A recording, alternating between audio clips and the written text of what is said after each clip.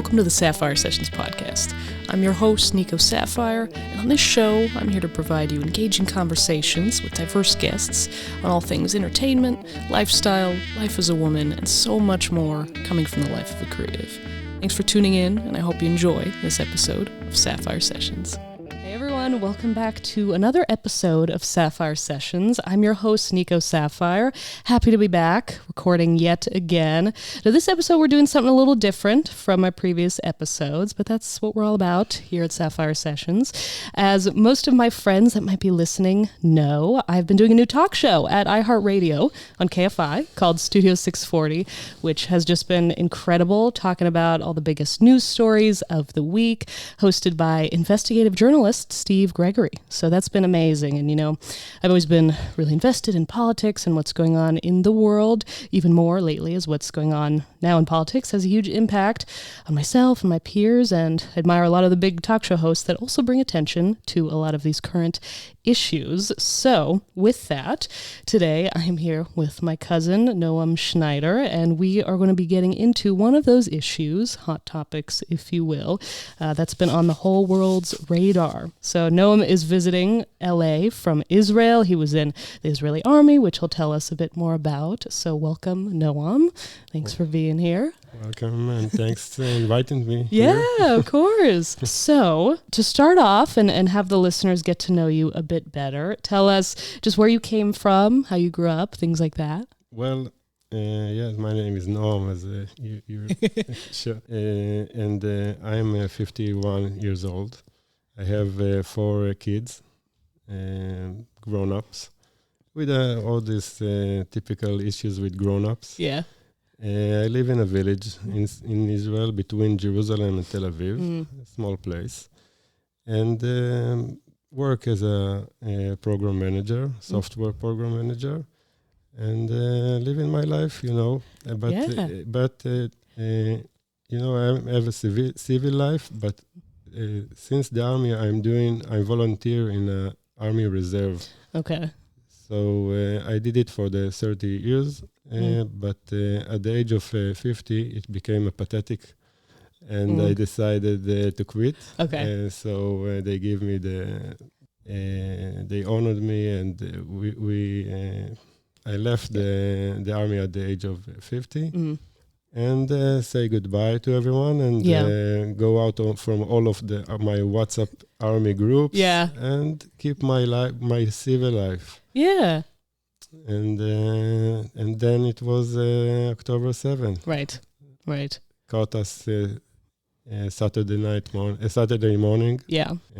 By surprise. We thought everything can be continued. We actually controlled the state. And 6:30 in the morning, thousands of missiles were fired by surprise. Thousands of terrorists, Hamas, went across the border and start slaughters civilians and the army. And we didn't knew what is going on. And I have 3 kids that are in the army age. 2 of them are in regular army, and one of them is reserve. My elder girl is a medic. Yeah. And we were very, very worried.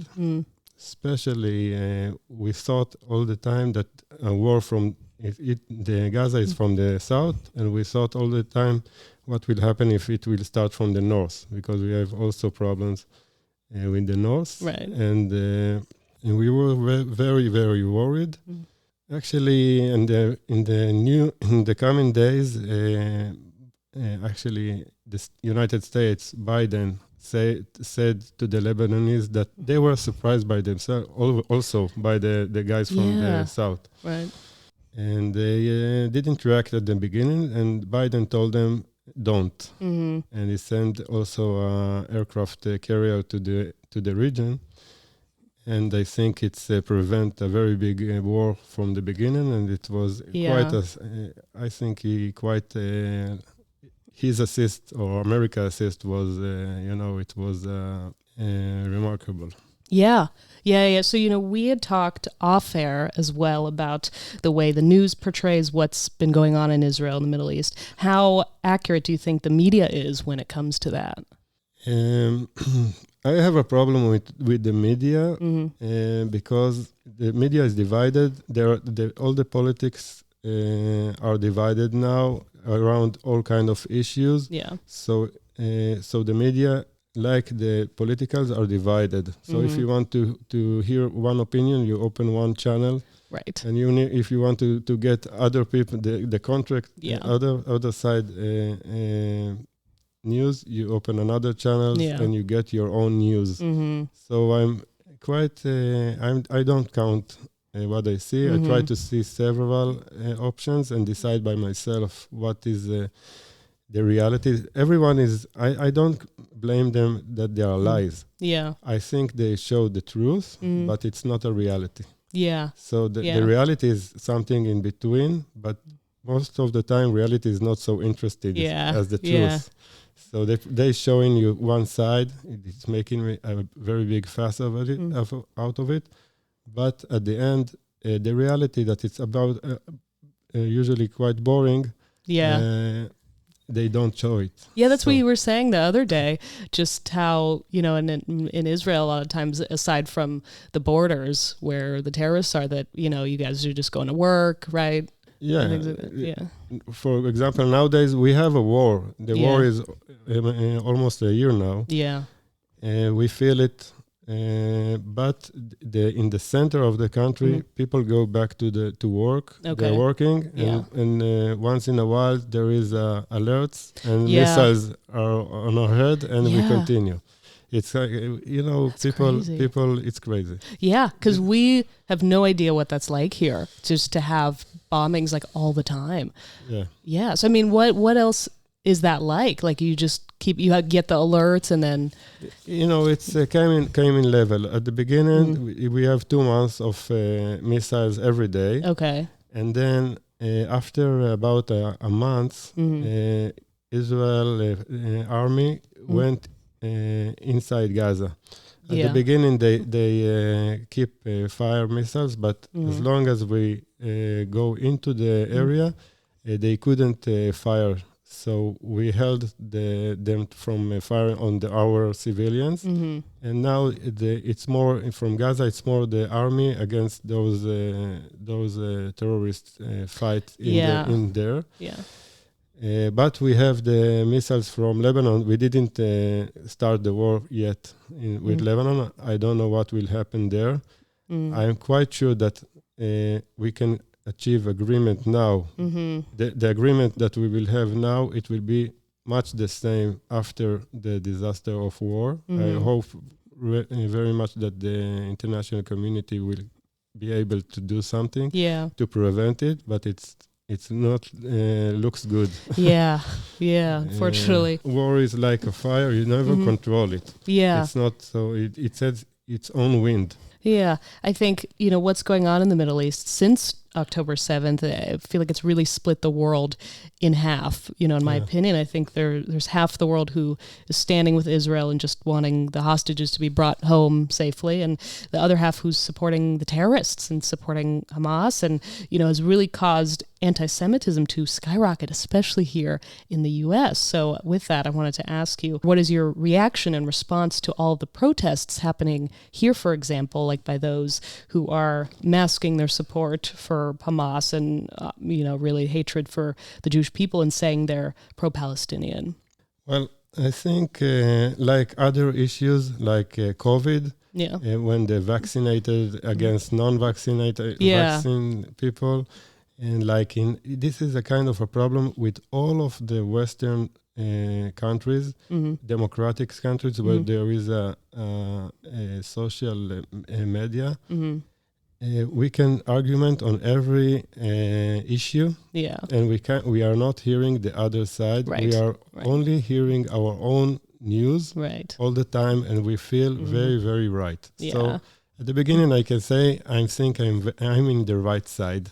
But I also say I don't know. I only see my own my own side. So probably I also wrong, but for now I think the argument is not on the correct issue. When they say pro-Palestine or pro-Israel, I recommend them to say in a way maybe you should be pro compromise and agreement and pro peace and against war, not pro-Palestine, because I think we are right, but maybe we are doing not so good actions. And for sure, I believe they have all kinds of things that they are right also. Right.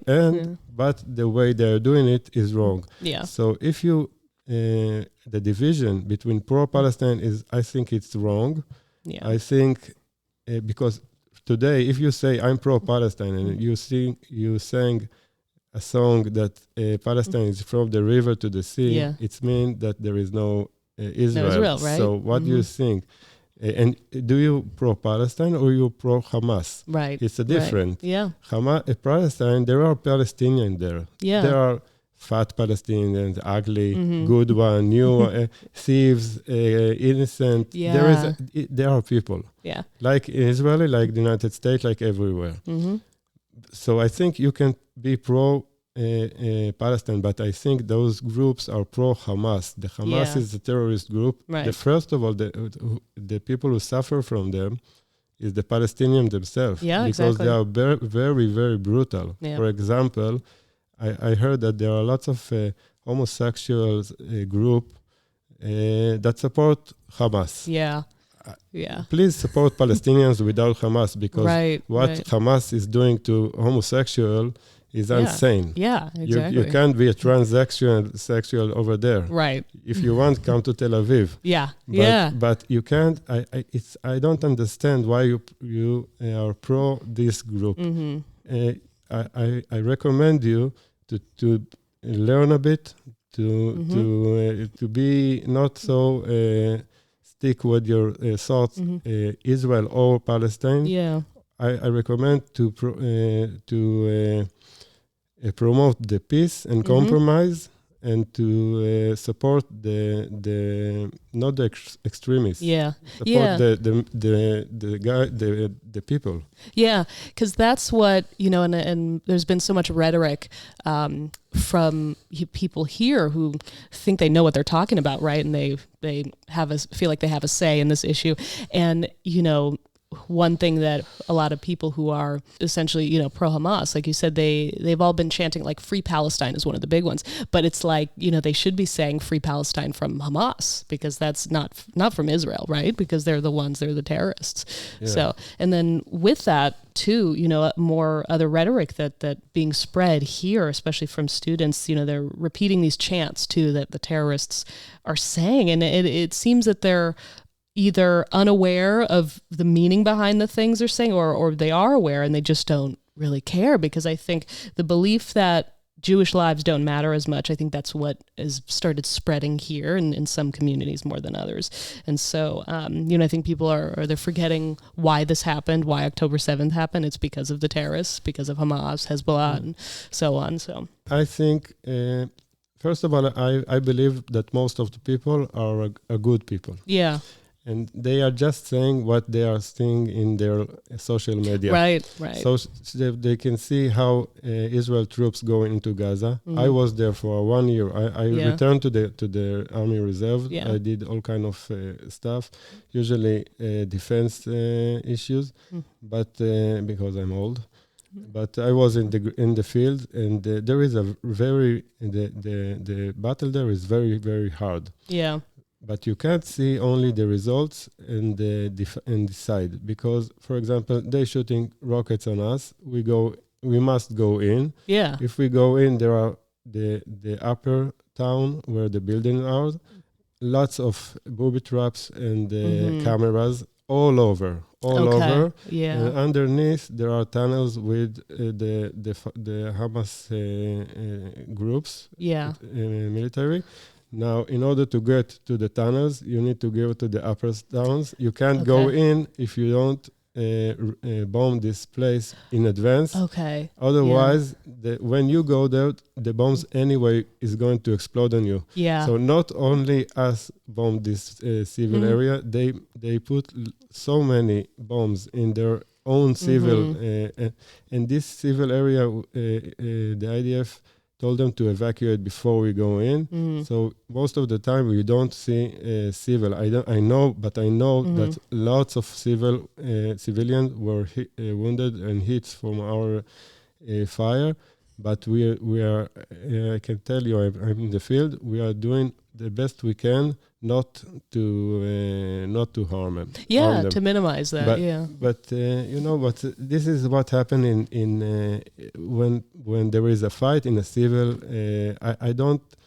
I wish we could have a compromise and to do a kind of a political agreement. I believe. War, it's not me, I believe, it's political science, said war is always a political failure. International failure leads to war, and in order to win, you always, it's not a military win. The end, it should be ended with a political agreement, a good one, because let's say, First World War agreement was not good. It leads to the Second World War. You must give a good like we have in between Egypt and Israel. We have a good agreement. I don't know what will happen tomorrow, but till now it's existing because it's a good agreement. So we need to give something also for the Palestinians so they can live their life and the Israelis should be secure, and from a river to the sea, it's not an option. Right. Yeah, exactly. And I think, it's really interesting. There's this one creator that I've seen, content creator, his name's Zach Sage, and he helps, he posts a lot of videos interviewing people like on the streets about what they think is going on. And you can tell a lot of them are very uneducated about this issue. And it was crazy. He went to Palestine to interview some people because, nobody else really, I don't think has, if you try and look for that. And, it's unfortunate because a lot of people there that are just living there, like they're with Hamas still, and they don't want the solution and they don't want a compromise at all. And like you just said, they're chanting that river to the sea. And so, but yeah, it's how do you come up with that compromise if one side is still, they don't want to budge, I think, let's say 80% of the population or maybe more just want their work, just want their children to be safe, like in the rest of the world. But the extremists are controlling now the way, the two borders are leading us in the way. But there are calls that wants to do a kind of a confirmation, but we are very if once there was a dream for a peace, now we are seeking for secure. We withdraw. We was in Gaza Strip till 2005. I served there, and we went out from this is the territory that we, let's say, give them back. I know it's not all their demands. They want all the country, but that was part of the compromise that we all talk about. Okay. So now if we withdraw from in one hand from the territories, we will have the country can be narrow for 10 or 16 miles wide. So it's very easy for them to go in and to do 7 October in other border. So we kind of on a trap because in one hand we are democratic and we can't control other nation. We don't want to control them, but in the other hand, if we won't be there, they will come to us. So we are in a trap position. So this can be solved by kind of secure and good international agreement with all kind of ways to ensure that we will stay secure and they will can control themselves. Yeah. But it's not, the politicians should work with it. Yeah, right. What happened before the October 7 is that, they were over there when we were on our side, and we just withdraw from, but we didn't solve the problem. Yeah. Actually, Saudi Arabia and the Trump program suggest them recognize Israel, and we can do business with the Saudi Arabia, and maybe the Saudis will pass their gas throughout Israel, and everyone will gain money, and we can reconstruct Gaza. The guys from Hamas didn't accept it, and they choose Iran, and we are now. This is the failure of this program, and maybe the result of this. I am optimistic because I believe that after this war, maybe the Saudis go back to Gaza instead of the Iranian, and they will be able to reconstruct Gaza and the people, and bring the gas from Saudi Arabia throughout Israel to Europe, and there we can all do business and gain and live normal kind of normal life. It will be always terror, always be extremists that can do like you have it in your schools. But in the most of the people will be able to live in prosperity. Kind of. I wish. I need to hope. Goal. I need to hope. I can't. Right. But you must, in the Middle East, you must be very, very strong always. Even if it's a peace, you must be the strongest, because if not, they say there is an Arab saying that if the camel start, is not walking good, all the Bedouin take off the knives. So the camels should be strong. So with that, what's it mean to be Israeli to you? Well, that's what I know. Now I'm in the States. I feel very much alike the Americans. We share the same culture. We are we're kind of an American state, but far. But still, I'm sitting here on the ocean, your beautiful ocean, and clean. If I compare it, and everything is, but I still miss my homeland. I can't see myself living other place. And this is, we belong to the Middle East. Sometimes we hear that we are colonials. But it's enough to count till 10. You can count all the numbers, but it's enough to count till 10 in Hebrew or in Arabic to understand that our language and culture belongs to the Middle East. And we are fixing the 2,000 error that occur, but we came back to our houses. It doesn't mean that this country was empty.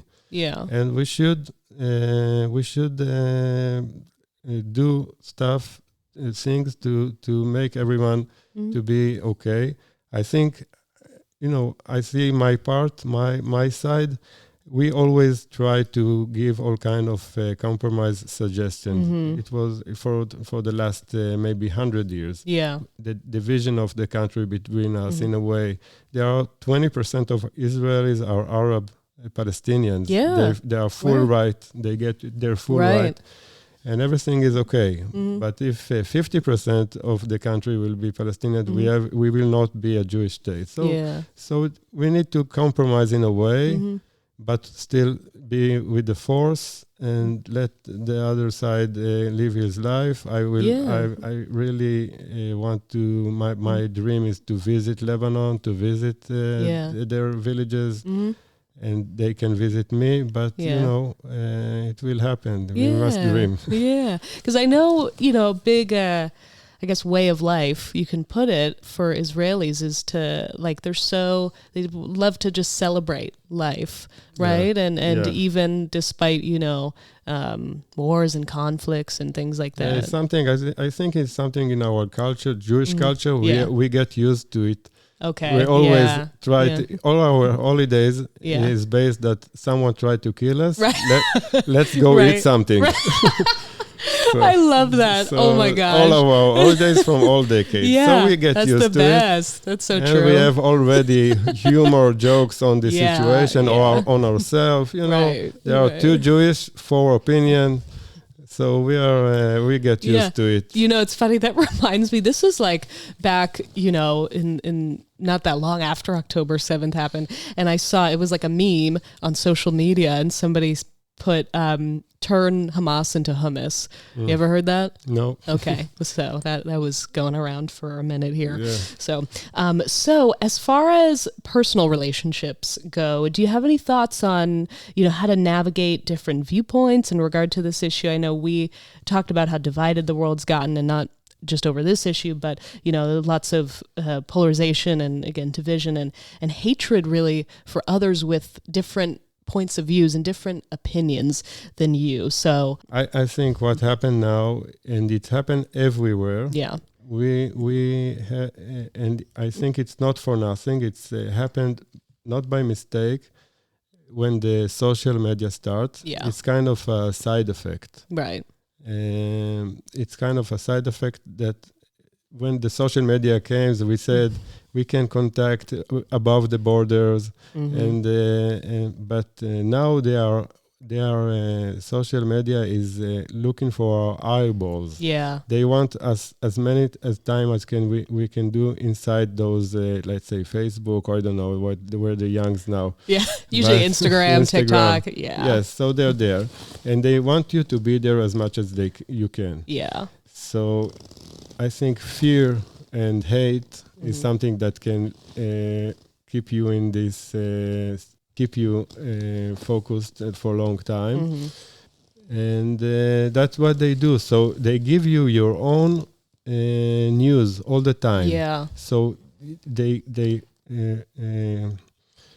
your opinion get lots of support or lots of feedback from all over. Sometimes it's a joke. Sometimes it's a doctor that say, let's say I'm not didn't vaccinate. Yeah. Okay. So I got all the doctors that support my opinion. Yeah. All my friends are support my opinion. I write something, everyone do like to me. Yeah. So if in previous there were debate, people can debate and argument. Let's say 20 years ago, Democratic and Republican were met, so they were friends, and they can say he's a nice guy, but he's wrong.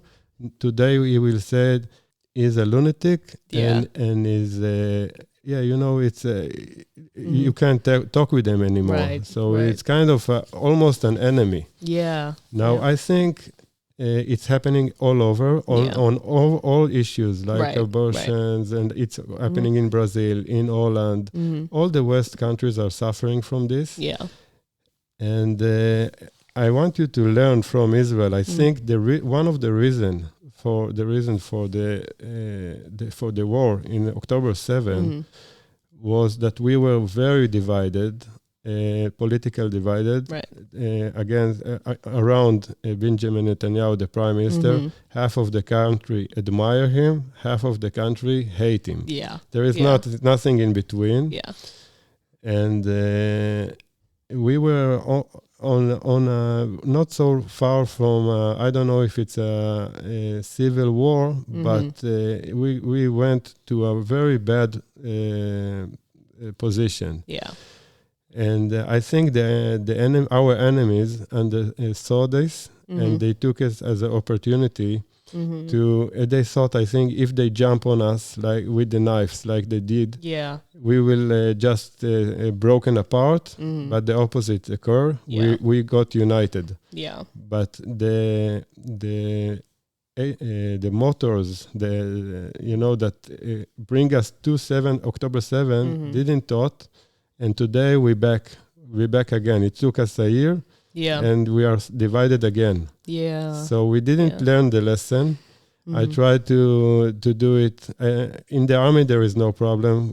I meet always people from the other side, and because I know them. I know them, and I fight with them. So it's easy to listen to them, to listen to their pain, and to do all kind of we don't hate. Yeah. But if you don't know the other, so it's very easy to hate him afterward and to be afraid of. Now, this happened in Israel. We say there is a Hebrew. I try to translate it. If you are not hang one on each other, you will be hang one near each other. Okay. You know this? I don't know if you have it in English, but in Hebrew it sounds better. Yeah. But you understand. You must be in kind. You can argument, but in a border. Yeah. In boundaries. You can't broke the game. Yeah. And you need to check here. You can learn it also here in the States. I know that Trump is issue. Controversial, yes. Yes, it's issue. To say You the can least. have here, have they are with them and have against them. Yeah. You need to remember that you are all Americans. That it's not. Ask yourself when you see a kind of an article on him or something. Ask yourself, maybe it's not true. Maybe it's true, but it's not reality. And I know it will be they can write it in two ways. Yeah. And try to do opposite actions, like try to talk with the other side. Yeah. Try to listen to the other side. Do your small thing to do, because it can be very dangerous. Right now, nobody is threatening United States. But Israel was bringing her enemies to her because of the situation. I don't know the other countries. Yeah. But it can be very, stuff are happening fast now. Yeah. So think, if you want America strong, so give boundaries to the debate. Bring back the debate. Yeah. Right. Right. Bring it back and reasonable, not listening to all kind of. You can publish a lie or publish something, and you don't know how to debate with it. Right. So connection, I think, between Israel and the United States and the rest of the Western world. Yeah, because I think a huge problem, is people just not wanting to even have the conversation with somebody who thinks differently from them, or just not wanting to hear them out. Right. I think more than that. My daughter, she's 25 almost. Okay. Her boyfriend for the last 3 years is, let's say, is from the other party voters. And it's hard for her. She's going there for a weekend, and they sit near the table and talk politics. Okay. She doesn't talk. Yeah. And it's a problem. So what happened now, I'm not sure how many Republicans, I'm just saying Republican, but it can be the Democrat, will give their daughter to married Democratic. Right.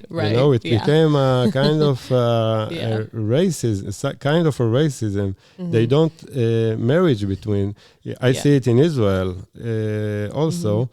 Either way, my daughter and her boyfriend are like Romeo and Juliet. They above it, but I can't see it if it's harm their relationship. Yeah. I don't know if it's in America as well, but I believe it can be influence on personal relationship. If you hire someone, if you married someone, do you want to get to this position? I'm not sure. Yeah, I think it's possible, right? People have done it, right? But there's a lot of people too, I'll talk to friends or whoever, and that kind of thing. If somebody else has just the total opposite opinion, like certain things are like a deal breaker for some people, and I think it's different now. Politics has become so intertwined with just morals in general and human rights, so I think it can be harder sometimes. It depends how extreme maybe somebody's views are, and then you just can't relate to the other person sometimes. And sometimes you're just born I born as an Israeli liberal, so it's obvious that I will vote for the Israeli Liberal Party. Yeah, there are religious that born to be religious, and there are Republicans in the United States that this is my team. So I stay with my team. Yeah, it's not I know that my team is not always right. Yeah. But this is my life now. So you don't need to.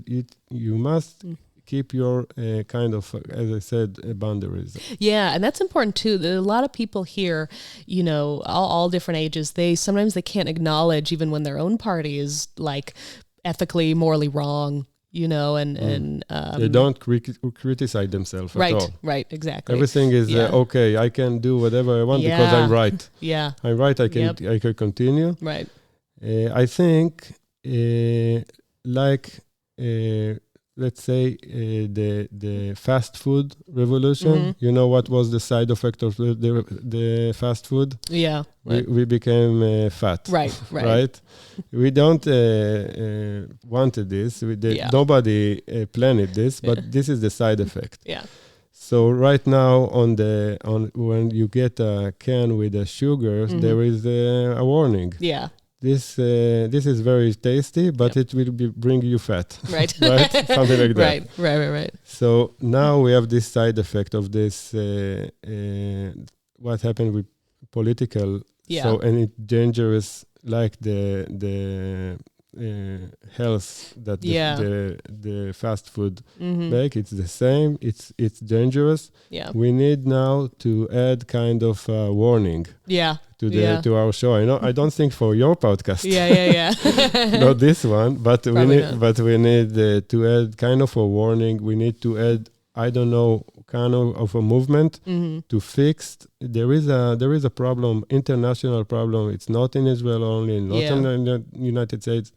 It's a startup idea. Please, one of our listeners, if you have any idea, there we go. How to handle this, probably I don't know. Now, with the AI that's spreading, it can get even worse because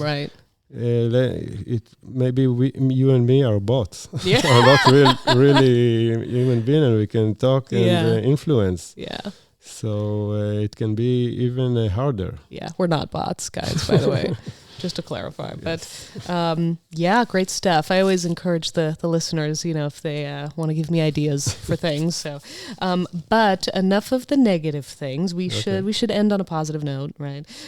So tell me, just what are some things you love most about the States or LA in particular? Yeah, well, I came here to visit my grandma's sister. Yep. I see only my family and hanging around LA, the beach. I think first of all, everyone is polite. Yeah. And say hi. We hike in the hills over here, and everyone is passing by, say hello, and it's very nice and joyful to see. Yeah. I think you have a great life.